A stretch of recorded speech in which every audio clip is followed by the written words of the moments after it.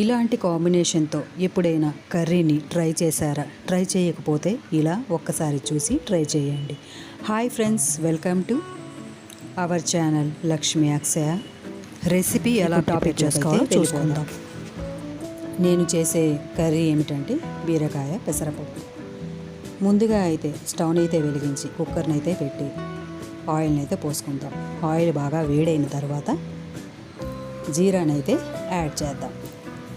జీరాని add చేసిన తర్వాత కొద్దిగా మినప్పప్పుని అయితే యాడ్ చేద్దాం. మినప్పప్పు యాడ్ చేసిన తర్వాత కొంచెం ఆవాలని అయితే యాడ్ చేద్దాం. ఆవాలు యాడ్ చేసిన తర్వాత అవి వేగిన తర్వాత కొంచెం రెడ్ మిర్చిని అయితే యాడ్ చేద్దాం. ఎవరికి ఎంత కారం కావాలో దాన్ని బట్టి యాడ్ చేసుకోవచ్చు. నెక్స్ట్ మనం వెల్లుల్లిపాయలను అయితే ఇలా కచ్చా దంచి పెట్టుకొని యాడ్ చేసుకుందాం. నెక్స్ట్ కరివేపాకు ఇలా చిన్న చిన్న ముక్కలుగా కట్ చేసి పెట్టుకొని యాడ్ చేసుకుందాం. నెక్స్ట్ ఉల్లిపాయ ముక్కల్ని ఇలా యాడ్ చేసుకుందాం. యాడ్ చేసుకున్న తర్వాత ఒక్కసారి మనం కలుపుకుందాం. ఇలా వేయించుకున్న తర్వాత వెల్లుల్లిపాయ బాగా వేగిన తర్వాత మనకి ఆ ఫ్లేవర్ అయితే వస్తుంది. అప్పుడే మనం కొంచెం పసుపు గుండని యాడ్ చేసుకుందాం కలర్ కోసం. ఇది యాంటీబయాటిక్ కదా, ప్రతి కర్రీల్లోని మనం యాడ్ చేసుకుంటాం కదా, అలానే పసుపు యాడ్ చేసుకున్న తర్వాత బీరకాయ ముక్కలు ఇలా కట్ చేసి పెట్టుకున్నవి, కడిగి పెట్టుకున్నవి ఇలా యాడ్ చేసుకుందాం. నెక్స్ట్ మనం ముందుగా నానబెట్టి ఉంచుకున్న పెసరపప్పుని ఇలా యాడ్ చేసుకుందాం. చూస్తున్నారు కదా, ఈ పెసరపప్పు ముందుగానే మనం నానబెట్టి ఉంచుకోవాలండి. లేకపోతే అది డైరెక్ట్గా వేసామంటే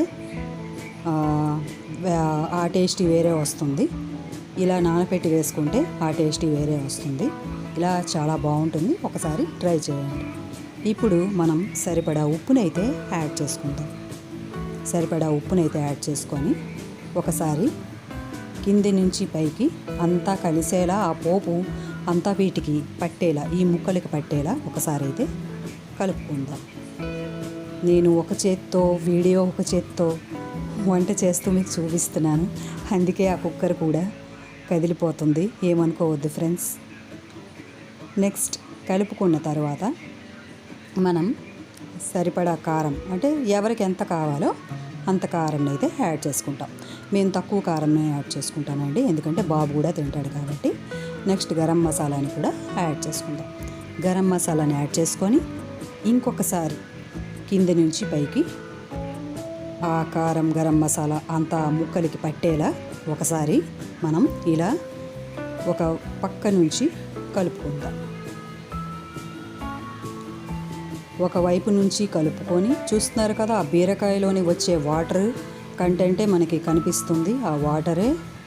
ఆ వాటర్లోనే ఈ ముక్కలు బాగా వేగిపోతాయి. అలా మనం ఎంత వేగించుకుంటే కర్రీ అంత టేస్టీగా వస్తుంది. నెక్స్ట్ మనం ఈ ముక్కలు బాగా వేగిన తర్వాత మనం కొంచెం ఒక టీ గ్లాస్ అంత వాటర్ని కూడా యాడ్ చేసుకోవచ్చు. ఎందుకంటే మనం కుక్కర్ మూత పెట్టేస్తాం కదా, ఒక 4 విజిల్స్ అయితే ఉంచుకోవాలి. దానికి సరిపడా మనం కొంచెం వాటర్ యాడ్ చేసుకుందాం. ఎందుకంటే బీరకాయలో ఆల్రెడీ వాటర్ ఉంటుంది. నెక్స్ట్ మనం కూడా కొంచెం వాటర్ యాడ్ చేసుకొని 4 విజిల్స్కి అయితే కుక్కర్ మూతనైతే ఇలా పెట్టుకొని 4 విజిల్స్ తర్వాత ఇలా తెరిచి చూస్తున్నారు కదా, పర్ఫెక్ట్గా కర్రీ ఇలా అయితే ముద్దలా వస్తుంది. ఎంచక్కగా వేడి అన్నంలో ఈ కర్రీని కలుపుకొని తింటే మరి వేరే చారు పప్పు ఏమైతే అవసరమైతే ఉండదు.